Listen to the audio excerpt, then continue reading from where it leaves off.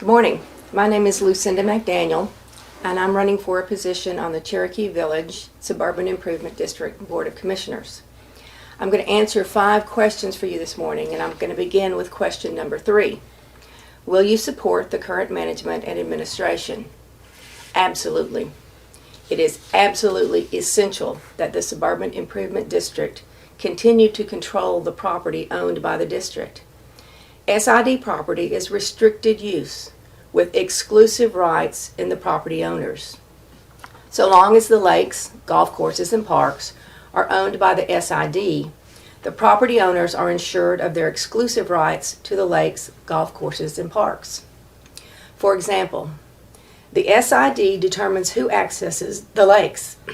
Currently, the lakes are accessible only to property owners and their guests. If the SID is dissolved, and the lakes are owned by the city, every property owner loses their exclusive rights to the lakes. The lakes would be open to the general public. Same with the golf courses and parks. Currently, the SID allows visitors to pay to use those amenities, but has the absolute right to stop that practice. If the SID is dissolved, the golf courses and the parks become public, and property owners have no exclusive rights. As a commissioner, I will, of course, demand fiscal responsibility of the management and administration. But understand that the SID is not a for-profit organization, just like the city is not a for-profit organization. The SID makes assessments to pay for the amenities of the property owners. It sets a budget based on income from the assessments and fees and spends the money necessary to support the lakes, golf courses, and parks. Property owners may pay assessments so that they have exclusive rights in the amenities. If the city were to take over our property, they would enact taxes to support the lakes, golf courses, and parks, and they would use those taxes to pay for the amenities. Property owners would still be paying for the amenities through taxes rather than assessments, but they would no longer have exclusive rights on the property. Question 1. How would you describe your role as a commissioner? The law says commissioners are charged with preserving, maintaining, and operating the improvements within a suburban improvement district. In Cherokee Village, our improvements fall into 3 categories: lakes, golf courses, and parks. My role as a commissioner is to ensure that the lakes, golf courses, and parks are preserved, maintained, and operated in a fiscally sound manner and in a way that protects the property and the property owners within the district. Question 5. What is your goal as a commissioner? My goal is that we have a strong and effective SID Board of Commissioners who have ensured fiscal responsibility and enacted a long-range plan for future assessments to guarantee the existence of the SID so that the property and persons within the district are protected and their exclusive rights to SID-owned amenities are ensured. Question 4. How will you prioritize spending? I will prioritize spending based on the desires of the property owners and the needs of the amenity. For example, property owners desired that the lakes be improved as fisheries. The SID Board of Commissioners, therefore, hired specialists who prepared a lake management report to address fishing in the lakes. So the desires of the property owners must be considered when setting priorities, but also the needs of the amenity must be considered. For example, also with respect to the lakes, the leaks in Sequoia Dam must be addressed as the current condition presents a danger to persons and property within the district. So there is some balancing when setting priorities for spending, the desires of the property owners and the needs of the amenity. Question 2.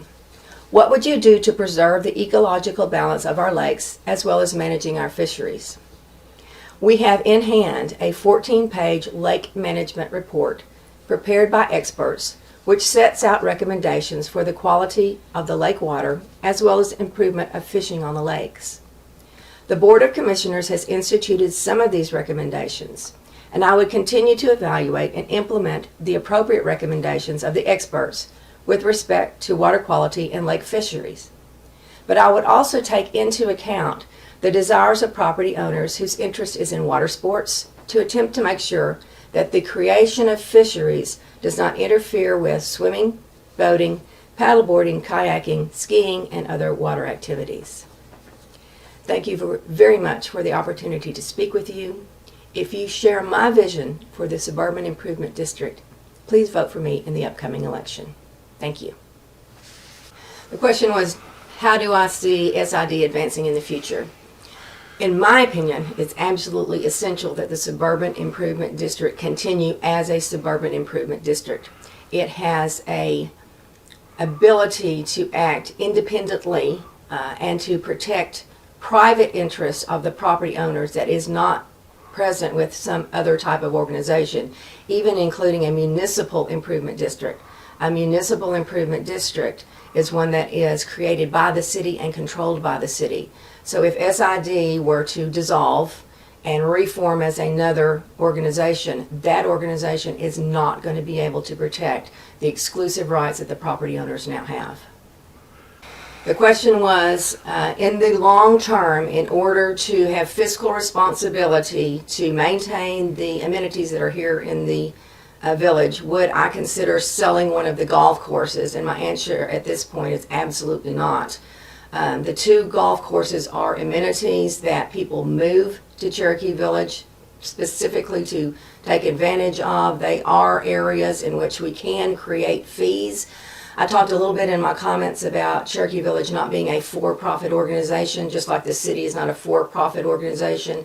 Both of those entities take money in the form of assessments, levies, taxes, whatever name you want to give to it, but they take money from the people who are using the amenities, and then they use the money that is assessed to maintain those amenities. Sometimes the amenities are not costing the same amount to maintain. The golf course may take more money than the lake to maintain, but the way that the budget is balanced is to take all the assessment, all the fees, determine what the priorities are with respect to the amenities, and spend the necessary money on those amenities. And I live in Cherokee Village for my permanent residence, which has been an issue brought up.